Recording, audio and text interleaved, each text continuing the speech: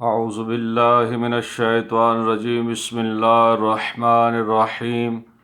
تمام مومنین کی خدمت میں السلام علیکم ورحمۃ اللہ وبرکاتہ۔ تو فیا علی علیہ الصلاۃ والسلام مدد۔ میرے نہایت محترم سامعین، جیسا کہ میرا سلسلہ سوال کا چل رہا ہے کہ میں نے آپ سے وعدہ کیا ہے کہ انشاءاللہ 139 سوال جو آپ کی خدمت میں پیش کروں گا، جو کہ بلا علامہ سید نثار عباس اجتہادی صاحب اہل اللہ مقام آپ نے لکھے تھے، جن کا آج تک جواب نہیں بن سکا، وہ سوال میں آپ کی گوش گزار کرنا چاہتا ہوں۔ ان میں سے میں نے 82 سوال جو ہیں وہ آپ کی خدمت میں پیش کر چکا ہوں۔ آج انشاءاللہ آگے سلسلہ چلتا ہے۔ سوال نمبر ہے 83 کہ کیا قادیانی مرزئی یہی شہادتین اپنی نماز میں ادا نہیں کرتے؟ قادیانی مرزئی بھی محمد رسول اللہ تک کیا اپنی نمازوں میں نہیں پڑھتے؟ کیا قادیانی امام ابو حنیفہ کی فقہ پر عمل نہیں ہیں اور نماز میں شہادتین بھی پڑھتے ہیں، امام ابو حنیفہ کی فقہ پر عمل بھی ہیں، تو پھر انہیں کافر کیوں کہا جاتا ہے؟ یہ بہت اہم سوال ہے۔ جیسے اہل سنت پڑھتے ہیں محمد رسول اللہ تک، اسی طرح قادیانی بھی پڑھتے ہیں محمد رسول اللہ تک، تو ان کو کافر قرار کیوں دیا جاتا ہے؟ سوال نمبر ہے 84 جب عام مسلمان حنبلی ہو، شافعی ہو، حنفی ہو، مالکی ہو نماز میں شہادتین پڑھے تو انہیں مسلمان سمجھا جاتا ہے، جبکہ یہی شہادتین قادیانی پڑھے تو وہ کافر کیوں ہیں؟ ثابت ہوا اسلام صرف شہادتین کا نام نہیں، کچھ اور بھی تقاضے ہیں جو پورے کرنے ہیں۔ اگر اول الامر کی اطاعت پر عمل ہوتا تو پھر کوئی قادیانی مذہب معرض وجود میں نہ آتا۔ اگر اول الامر کے حکم پر ان کی اطاعت ہوتی تو کبھی بھی مرزئی جو ہیں وہ سامنے نہ آتے۔ آگے سوال نمبر 85 ربوے میں قادیانیوں اور حنفیوں کی اذان ایک ہی وقت میں ہو رہی ہے، ایک اجنبی مسافر کو کیسے پتہ چلے گا کہ ان میں سے مسلمانوں کی اذان کون سی ہے اور مرزئیوں کی اذان کون سی ہے؟ جیسے وہ اہل سنت اذان دیتے ہیں ویسے مرزئی بھی اذان دیتے ہیں، تو کیسے پتہ چلے گا کہ عام مسلمان کو کہ یہ مسلمانوں کی مسجد میں ہو رہی ہے یا قادیانیوں کی نماز اذان ہو رہی ہے؟ آگے سوال نمبر 86 کیا شہادت ثالثہ والی اذان فیصلہ نہیں کر دیتی کہ یہ دونوں متشبہ اذانیں ہیں؟ اللہ اکبر کبیرہ۔ کیا جس اذان میں مولا علی علیہ السلام کی گواہی ہو، کیا وہ اذان ان دونوں اذانوں کے دونوں فریقین کے اذانوں کو متشبہ نہیں کر سکتی کہ یہ کون سی اذان ہے اور یہ وہ کون سی اذان ہے؟ اصل اذان وہی ہے جس میں تیسری گواہی اول الامر کی ہو، اس کی اطاعت کا لحاظ موجود ہو، اصل میں وہی اذان ہے جو شریعت محمد و آل محمد علیہ السلام کی اذان ہے۔ آگے سوال نمبر ہے 87 کیا شہادت ثالثہ مقدسہ ختمی نبوت کی حتمی دلیل نہیں کہ نبوت ختم ہو چکی ہے، ولایت جاری ہو چکی؟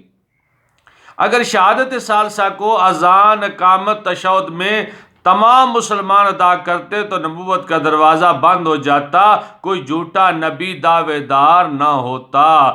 یہ فقط وجہ یہ ہے کہ لوگوں نے نبی علیہ السلام کے بعد ولایت کو ماننا چھوڑ دیا اور لوگوں نے نبی ہونے کا دعویٰ کرنا شروع کر دی۔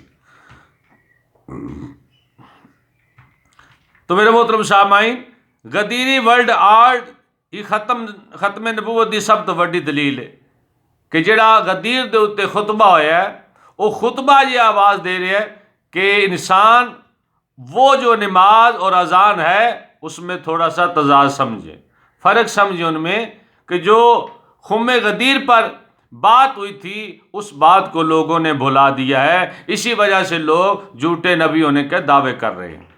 آگے سوال نمبر ہے 88 کیا آج تک شریعت محمد میں ایسا ہوا ہے کہ ایک چیز شریعت میں مستحب یا قصد قربت یا قصد رجا یا کلمہ خیر یا تبرکات کے طور پر پڑھا جائے اور اسے ادا نہ کرنے والے پر عذاب نازل نہ ہو؟ اگر ہوا ہے تو کہیں ثبوت دے۔ وہی عمل ایک مقام پر اسے واجب قرار دے، ایک مقام پر اسے جو ہے وہ قصد ہم اقربا کر رہے ہیں، قصد رجا کر رہے ہیں، کہیں ہم اسے مستحب کر رہے ہیں. کیا یہ کام شریعت میں پہلے ہو چکے ہیں؟ اگر کہیں ہوئے ہیں تو ان کا سوال کا جواب آپ کے ذمہ ہے. آگے سوال ہے 99. نماز شب مستحبات سے ہے اور واجب کے قریب سمجھا جاتا ہے. حکم قرآن بھی یہی ہے کہ نماز شب بجا لانے والے پر کبھی عذاب نازل ہوا ہے؟ یہ سوال ہے کہ نماز شب بجا لانے والوں پر کبھی عذاب نازل ہوا ہے. مستحب کی آپ بات کرتے ہیں تو مستحب میں ہے کہ نماز شب مستحبات سے ہے، واجب کے قریب سمجھا جاتا ہے، اور حکم قرآن میں بھی یہ ہے کہ نماز شب بجا لانے والے پر کبھی عذاب نازل ہوا. سوال نمبر ہے آگے 90.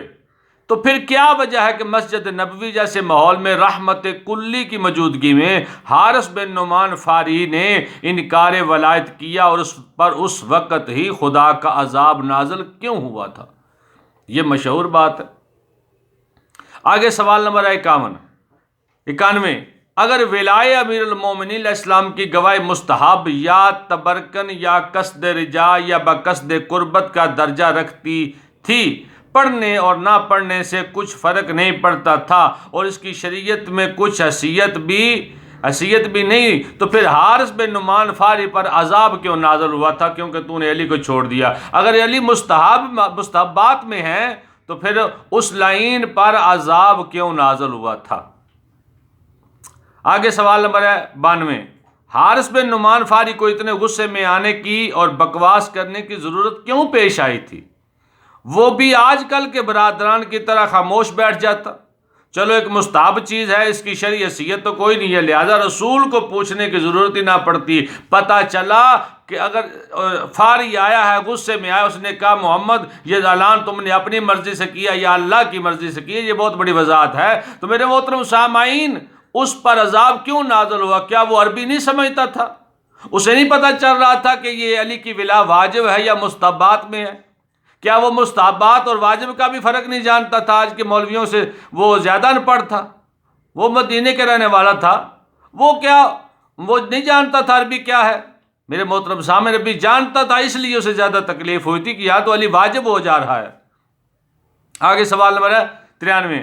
حارث بن نعمان فاری کا اتنے غصے میں آنا اور آ کر مدرجہ ذیل سوال کرنا اس امر کی دلیل ہے کہ ولایت امیر المومنین علیہ السلام واجب ہو چکی ہے. اللہ اکبر. پہلا سوال جو حارث نے کیا ہے، خدا کے رسول آپ نے اسلام کی دعوت دی، ہم نے قبول کی. دوسرا سوال، آپ نے کہا بت پرستی چھوڑ دو، ہم نے چھوڑ دی. آپ نے کہا نمازیں پڑھو، روزے رکھو، حج کرو، ہم نے قبول کر لیا. آج آپ اپنے بعد اپنے برادر علی ابن ابی طالب علیہ السلام کی ولایت اور حکمرانی کی اطاعت اتباع اپنی طرف سے ہم پر ٹھونس رہے ہیں. ہم اسے قبول کرنے کے لیے تیار نہیں ہیں، بلکہ یہاں تک کہا کہ آپ اللہ کی توحید کی گواہی اور اپنی رسالت کی گواہی ہم سے دلوائیں، ہم قبول کرتے ہیں، ہم علی کو واجب نہیں مان سکتے. میرے محترم سامعین، یہ بات کھل کر سامنے آ گئی. جو آج ولایت امیر المومنین علیہ السلام سے پہلے شہادتیں دیتے ہیں اور مولا کی شہادت کو وہ مستحبات میں لکھتے ہیں، کہتے ہیں پڑھ لو، نہیں پڑھنا پڑھو کوئی فرق نہیں ہے. میرے محترم سامعین، ان کا بھی نامہ اعمال جو ہے وہ کل بروز قیامت فاری کے ساتھ ہی کھلے گا، کیونکہ وہ جانتا تھا کہ علی تو واجب ہے. مولا جیسے اعلان کر رہے علی تو واجب ہے، کیا مستحبات کا بھی اتنی سختی سے حکم آ سکتا ہے شریعت میں؟ خدا کے لیے کچھ شرم کریں، کچھ حیا کریں. اور آخر مرنا ہے آپ نے، دنیا سے جانا ہے آپ نے، کیوں لوگوں کو گمراہ کر رہے ہو؟ میرے محترم سامعین، یہ سوال نمبر تھے 93 تک، اور انشاءاللہ تعالی صدقہ محمد و آل محمد علیہ السلام کا اسی سلسلے کو آگے بڑھاتا رہوں گا، اور آپ کی خدمت میں یہ سوال میں 139 مکمل کروں گا تاکہ آپ کو پتہ چل سکے کہ حق کیا ہے اور باطل کیا ہے. اللہ کریم ہمیں ولایت امیر المومنین علیہ السلام پر قائم دائم رہنے کی توفیق عنایت فرمائے. وما علینا الا البلاغ المبین.